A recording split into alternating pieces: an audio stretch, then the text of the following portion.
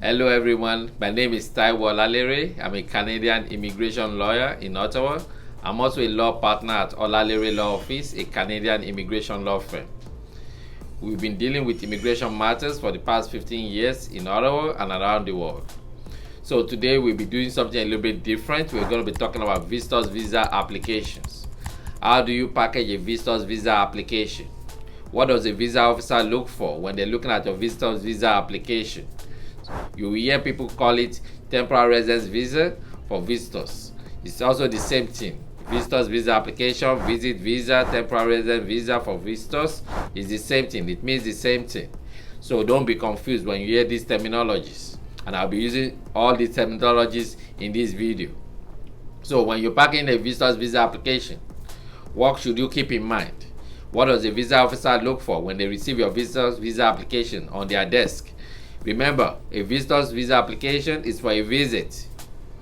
It's not to come and study. It's not to come and work. I get these questions every time. If I have a visitor's visa to Canada, can I come to Canada to work? If I have a visitor's visa, can I come to Canada to study? Or can I come to Canada to study and work at the same time? You can't. The answer is no. The answer is no. The answer is no. The answer is no. The answer is no. It's a visitor's visa application, visit. What is the purpose of your visit? You have to be able to demonstrate it on your visitor's visa application. So when a visitor's visa application gets to an officer's desk, what do they look for? If I'm the visa officer, the first thing I'll be looking out for is the purpose of your visit. Why are you coming to Canada? Why do you want to come and visit Canada? Okay, so who invited you to Canada? Okay, so that's very, very important. So is it your family member that is inviting you to Canada? Okay, to come and do what? Is it to spend time with them?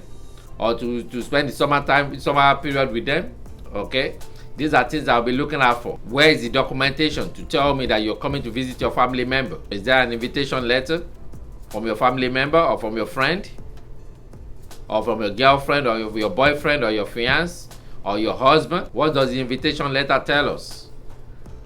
Is your name correctly spelled on the invitation letter? I've seen so many like that, where the invitation letter does not spell your name, the name of the person who is coming to visit correctly. So you have to make sure your name is correctly spelled on the invitation letter. How long are you coming to visit for? Is it a short period or a long period? If it's a short period, okay, how long is it going to be for? Is it for 2 weeks or 3 weeks? If it's for a long period, I'm kind of concerned if I'm the visa officer. Because does that mean you don't have any obligations back home? Don't you have any responsibilities back home that you have to return back to? If you're coming to Canada to visit for 2 months, 3 months, 4 months, does that mean you don't have a job? Does that mean you're not going to school? Does that mean you don't have any responsibilities? Why do you then abandon your responsibilities for 2 months, 3 months, and then come to Canada just for a visit? So those are the kind of things I'll be looking out for in your invitation letter.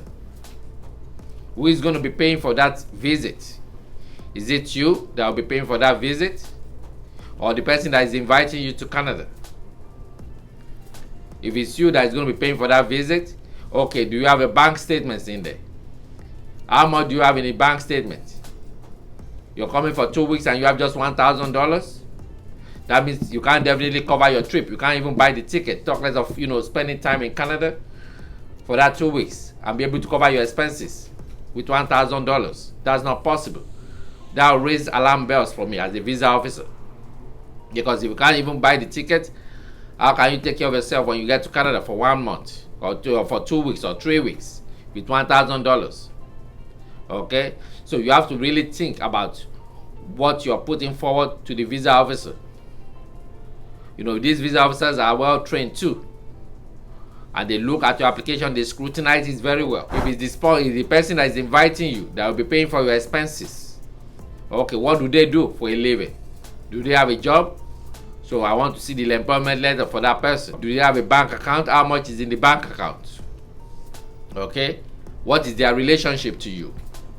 That's very important. You have to be able to demonstrate the relationship. Is it your brother or your sister or your cousin? Is there a letter from the person that is inviting you, saying that they're going to be responsible for your living expenses while you're coming here for the 2 weeks duration? What are you going to be doing during those 2 weeks duration that you're visiting? How are you going to spend your time together? What are the plans for each day? For example, what is the time going to be spent on? Of course, if you're coming to visit, what are you coming to visit about? You're coming to visit your family member. What are you going to be doing with your family member, or your brother, or your sister, or your girlfriend during that visit? That's very important. Keep it to a 1 page. The invitation letter should be more than 1 page.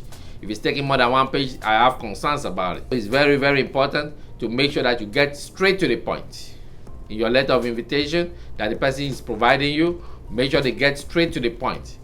What is the status of that person in Canada? Are they a visitor, or a student, or a Canadian citizen, or a permanent resident, or a foreign worker? These are things that are important. The documentation must be there. What is the person's immigration status in Canada? If you don't have immigration status, how can they be inviting you to come to Canada? They haven't even solved their own immigration problem. They're inviting you to Canada. I've heard of that before. And I just kind of laugh, because that person doesn't have any immigration status in Canada and is even inviting you to come to Canada. That's the basis for me to refuse if I'm the visa officer. Okay? So it's very important. All this documentation must be in the application package.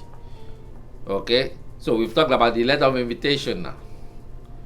We've talked about proof of funds. You have to be able to demonstrate that you have the money to cover your travel to Canada and return back to your country after your visit. You have the money, the funds to pay for your, living expenses while you're visiting Canada. I've talked about 2 important things now: the invitation letter, which is the purpose of your visit, and I've also talked about the proof of funds. Who will be responsible for it? Is it you or the person that is inviting you? The third thing I want to talk about, which is very, very important for visitors visa applications. Most people get this wrong. And when people come to me and tell me, oh, I applied for a visitor's visa, I was refused, the first thing I go to is, what ties do you have in your country? What ties do you have to your country? Oh, I have my brother and my sister, I have my cousin there, I have my parents there. Okay, did you provide proof of this documentation? Proof of these things that you've talked about, these ties that you've talked about. Did you provide it to the visa officer? Oh, I didn't include their birth certificate. Or I didn't improve, documentation that I have brothers and sisters in Nigeria, or in Ghana, or in Dubai. Then, how can you expect the visa officer to approve your application? That's a very important factor. You have to document your ties to your country that will motivate you to return back after your visit, because they know that sometimes people come to Canada and they don't want to return back when they see the good life here in Canada. they're like, why should I return back? But you have to demonstrate that you return back. It's very important, because if everybody is able to come to Canada on a visitor's visa and stay here, then it affects the integrity of the program. So your visa application must be well documented that you will definitely return back to your country. The visa officer is looking at those applications, scrutinizing it, and looking at it whether you have ties to your country. And one of the important things you have to first demonstrate is your family ties. Do you have brothers and sisters there? And how do you document this? Again, I mentioned it earlier. Birth certificates. Birth certificates are important, showing that you have siblings living there. And if you have any other documentation showing that they're living there, that's important to include as well. If you're a working professional, employment ties is very important. Provide your proof of employment as part of your visa application. What job are you doing there? How much are you being paid? How long have you been in that position? If you've been there for a long period, that's very good, because it helps your application. It shows that you have a stable job. It shows that you have a permanent job, you have a stable job that you'll be returning back to. Okay? You have to get a leave application. Leave letter is very important. They want to know, even though you have a job, have you been approved for leave? Very, very important. If you have a leave letter, include it as part of your application. Are you expected back at work? When are you expected back at work? This must be on the leave application, leave letter. If you have pay stubs is very good too, because it shows that you're being paid. Maybe it's on a monthly basis or every 2 weeks you're being paid in most African countries and some Middle Eastern countries. We have clients from there everywhere. We have clients from all parts of Africa, Middle East, South America, and we've been helping a lot of people to come to Canada. So sometimes they have to provide us, they have pay stubs. Some countries they don't issue pay stubs. That's fine. But if you issue pay stubs in your country, provide us pay stubs. Okay, that's what I tell my clients. Sometimes a working professional may own their own home. If you have title documents showing that you're the owner of the house, or you're jointly owning the house with your wife or your husband, that documentation, provide it as well, because it shows that you have a house.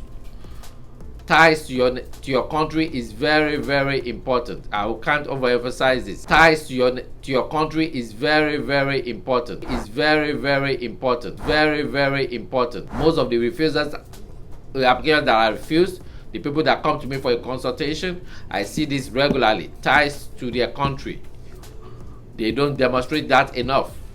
When I press on it very hard, then they tell me, oh, I have this, I have that. Did you include it? Oh, I didn't include it. I didn't think it was important. It's very important, because you have to demonstrate your ties. If you're coming for a visit, it's for a temporary purpose. There's a start date, there's an end date. So how am I going to be sure as a visa officer that you're going to return back to your country? Demonstrate your ties to your country or your habitual place of residence. If you have investments, fixed investment or bank accounts, it can be even a bank account, that's fine.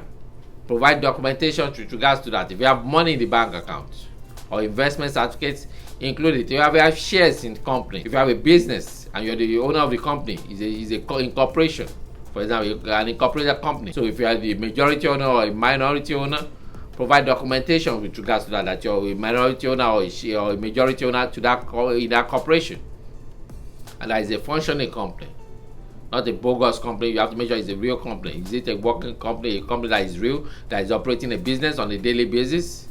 So provide documentation, business registration documents, shares allotments. All those things are important because it shows ties to your country. You're not gonna, if you're not able to demonstrate ties to your country, your application will be refused. I see this a lot. And one of the things I first ask people, again, like I mentioned earlier, is ties to your country. What ties do you have to your country? The visa officer is not going to be asking you. You don't have the opportunity to go for a visa interview. Back in the days, they will call you for an interview and ask you these questions. And even though you may not have submitted those documentation, the visa officer may ask you, okay, send those documents in. But now it's mostly paper applications. Paper applications or online applications. So you don't even have the opportunity to meet with the visa officer to ask you these questions. Talk less of even providing it to them. Most visa applications now is online or by paper through a visa application center. So you have to demonstrate yourself that your application is worthy of being approved. You have to put your best foot forward when you're submitting your application. Don't forget important documents. I hear this a lot. Oh, I forgot to include this. I forgot to include that. That can lead to refusal. One more thing I want to talk about. Travel history. People always ask me this. Is travel history important? Yes, travel history is important. If you have traveled to a neighboring country or to even a faraway country, or a country that doesn't even require a visa, and your passport has been stamped for exit and entry back to your country, that you return back to your country, by all means, please include that as well. It's very, very important because it shows that you've always complied with other countries' immigration requirements or visa restrictions or entry restrictions. Very important to include those information as part of your application. And where can you find that information? Is on your travel passport. So visitors visa applications, there may be various purposes why you want to come to Canada. It may be for your family member or your relative, like I mentioned earlier. It may be for a conference. Some people have had complicated, pregnancies in the past. Maybe they believe that in Canada they will be able to have, all the medical facilities that will ensure that they have a safe delivery, baby delivery. There's nothing wrong in that. But you have a letter from a doctor, a gynecologist, or a doctor that's going to be attending to you when you come to Canada for that medical reason. You have a letter from a doctor in Canada, an approved doctor, not a quack doctor, an approved doctor. They have a license to practice in Canada, a gynecologist or obstetrician.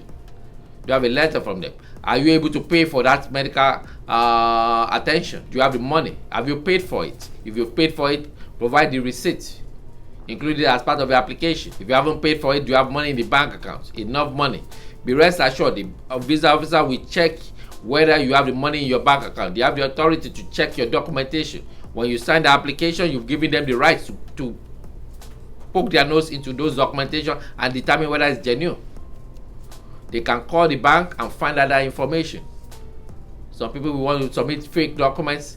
Fake documents will lead to refusal and 5-year ban. 5-year ban from Canada. If you misrepresent, a material misrepresentation will lead to refusal and a 5-year ban from Canada. So make sure you submit genuine documents. So if it's a medical reason, provide the documentation with regards to that, the ones that I mentioned. And if you have a doctor in your country of origin that also recommends that you travel to Canada for that medical attention or delivery of your baby, provide that documentation as well. So I've mentioned a few things today. Just to recap: number one, purpose of visit. You have to be able to demonstrate that. That can be in the form of an invitation letter or conference letter, or it could be for a medical reason. That's very important to provide, the documentation with regards to that and why it is necessary. Why you're coming to Canada to deliver your baby or to do this particular surgery is very important. I've talked about proof of funds. You have to have money. Everything costs money. Buying a ticket costs money. During your visit, you spend money. It's all about money. It's important. Canada wants people to come and visit, but you have to be able to demonstrate that you have enough money to come to Canada and transport yourself back to Canada, to your country of origin, and also spend money while you're here. And I've talked about ties to your country of origin. In terms of documentation you need to provide. And I've talked about travel history. Very important to include these things. And I pray that when you come to visit Canada, you will like it so much, and then you come to Canada again and spend more money and help us to develop Canada. Okay? I hope you've enjoyed today's YouTube video. Don't forget to subscribe and tell your friends about us. Okay? And if you have any questions with regard to visa applications for visitors visa applications, how to package it, or you want us to represent you, or you have questions about it, you can contact us on our WhatsApp number. It's +1 613 799 7572. Again, I'll repeat it because I know some people can miss numbers. So I'll repeat it again. On our WhatsApp number is +1 613 799 7572.